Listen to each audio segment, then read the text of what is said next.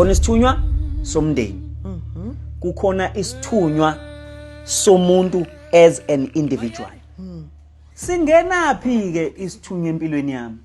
Singisiza ngani isithunywa empilweni yami? Kukhona izinto ongeke uzenze ngawakha amandla but ekufanele uzenze empilweni. Angiphindi. Kukhona izinto okufanele uzenze empilweni ongeke uzenze ngamandla akho, odinga usizo.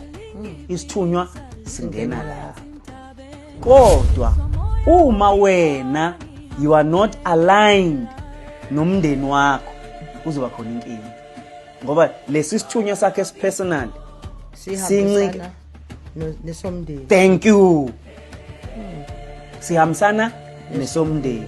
Okusho ukuthi uma kunama issues emndenini uzoba nenkinga wena even na personal. Uzoba nama unnecessary struggles na personal. So yingakho lento yama families ibaluleke ngendlela eyisimanga ukuthi akulungiswe ama bonds efamily, i structure se family asimiswe ngendlela eright.